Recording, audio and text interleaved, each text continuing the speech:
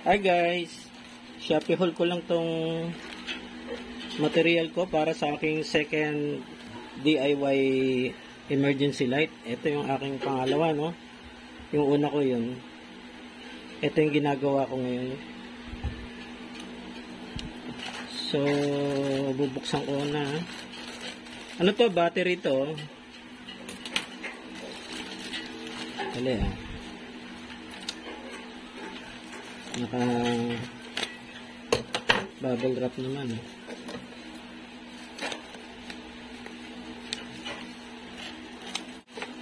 19 ito na ang isa, 19 pesos. So tatlo 95 itong tatlo, kasama na yung shipping fee na 38.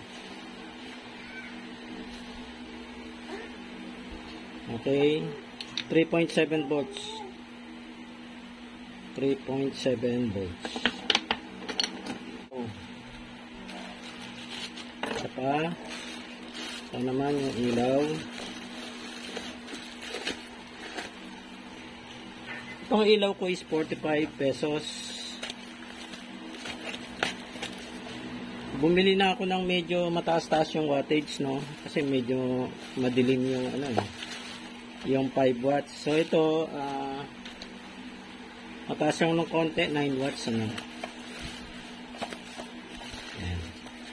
Bali mamaya ako na lang i-test ito. Lalabas kasi ako So ito yun, FSL LED A60 bulb, DC 12 volts, tapos 9 watts. Okay. Ito yan. Ito, to, 45 pesos.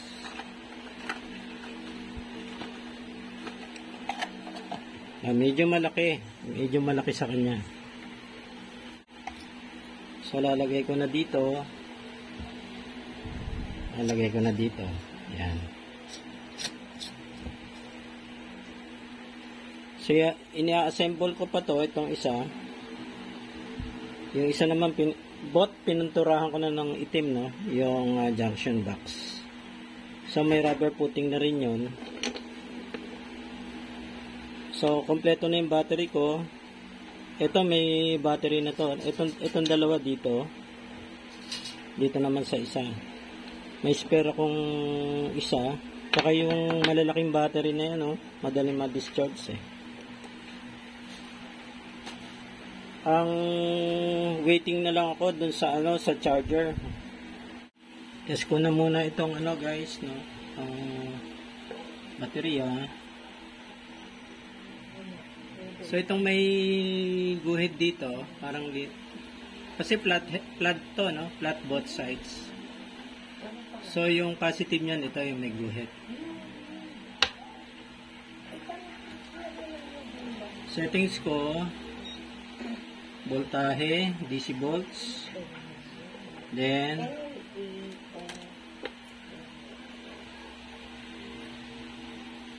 tingnan natin kung may karga pa. 3.8 kargado, 3.8, no? 3.8 volts DC. To 4.0 pa, malakas pa yung karga nito. 4.0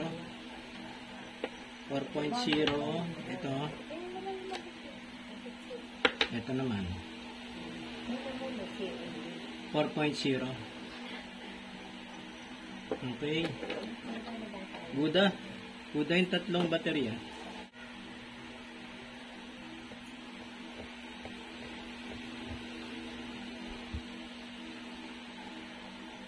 Ayan na yung sa loob, no? Ikinasa ko na yung DC to DC step up, no? Itong circuit nito kasi stable, no? Stable to, maganda siya. Mahusay. So, ikakasa ko na lang yung battery dito. Yung maliit dito sa gitna, yung charger. Yun ang wala ako. May problema ako dun dito sa TP 5100 mukhang hindi sturdy. So ito kasi pag dalawang baterya ang gagamitin mo, meron siyang config dito na short ng dalawang terminal dito, ano. Kaya may nakaabang na alambre yan, short yan. Pag dalawang baterya. Ano eh, yung IC yung nagkakaroon ng tama. Baka ako kailangan na ibaba ko yung downgrade ko yung input niya, yung kanyang supply, gagawin kong 9 volts para tamang-tama lang. Okay, ito yung input, output ito. Ito na yung papunta dito sa ano. Itong dalawang to, yung papunta na dito sa may input naman nitong ano, nitong step up. Yung DC to DC step up. Ayan. Hindi ko, mas maganda pa kung ipatagilid na lang tong baterya, no? So, nilagyan ko na lang pandikit dito sa kanto. Ang importante naman, naka-attach lang siya ng konti eh. Yung hindi lang siyang kikilos. Tapos itong portion na to, dito ko itatayo yung ano, yung charger. So ito, star din naman tong ano eh, itong step up na to eh. So sa baterya, ang na-test ko na ito maganda to, itong kulay green na to. Kasi nakabili ako nito, itong malaki. Medyo mahina eh. Kailangan kargahan ng todo-todo. Ito. Mas malaki to dito eh. Mas mataba. Hi guys, dumating na yung ano, yung order ko na adapter, no?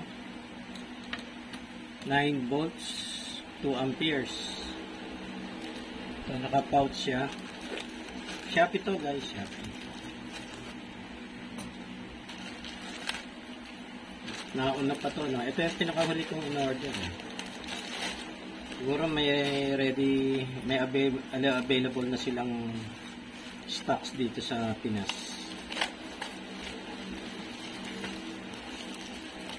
Okay, naka-bubble wrap. Okay. AC/DC adapter, model XBS 02920. Input AC 100 to 240, 50 to 60 Hz, output 9 volts 2 amperes. Okay. Testingin ko lang, ano? I-testing ko lang yung kanyang output voltage.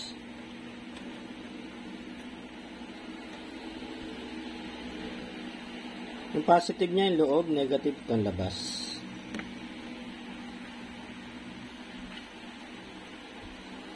Ano? Yan. Tapos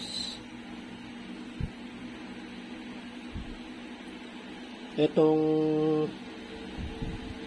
negative, ipitin ko na lang dito para susundutin ko na lang yung nasa loob na. I-on ko muna. Okay. Then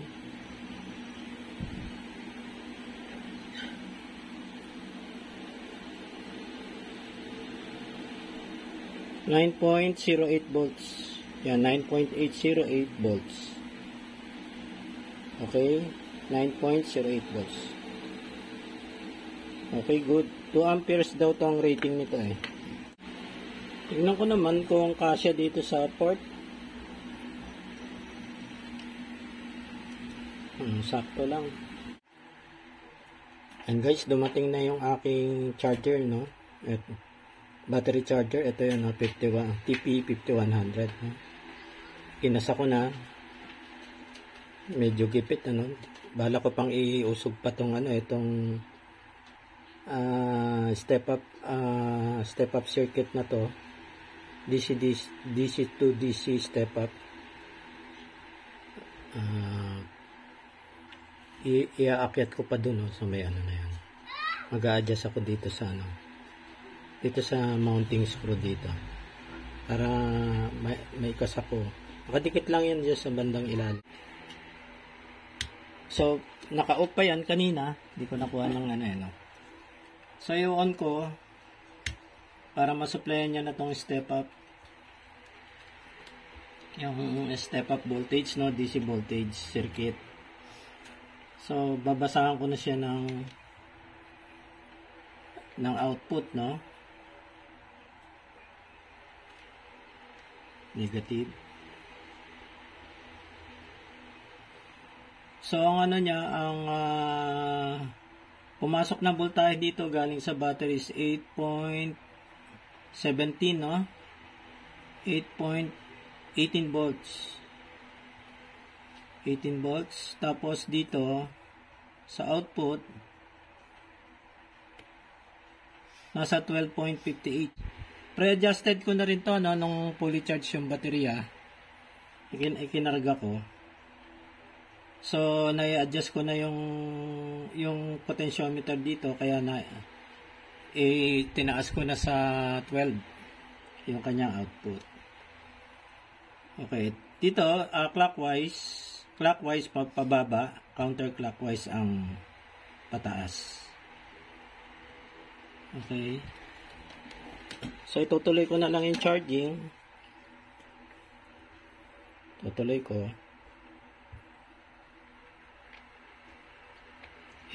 I-off ko muna itong step up circuit, no.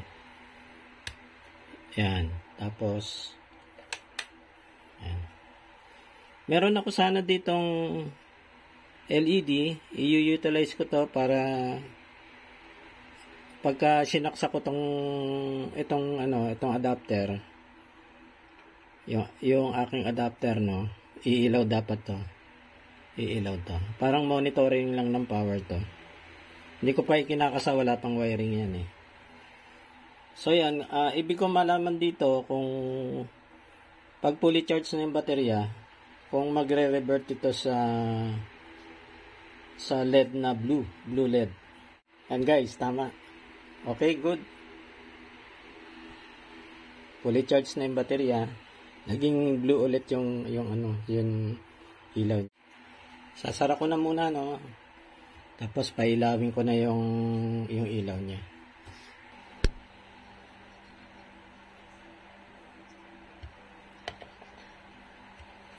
Kunin ko lang yung ilaw, no.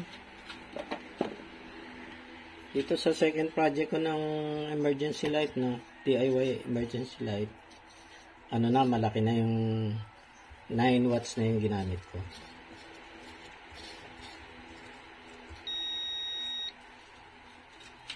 So, ayan, okay.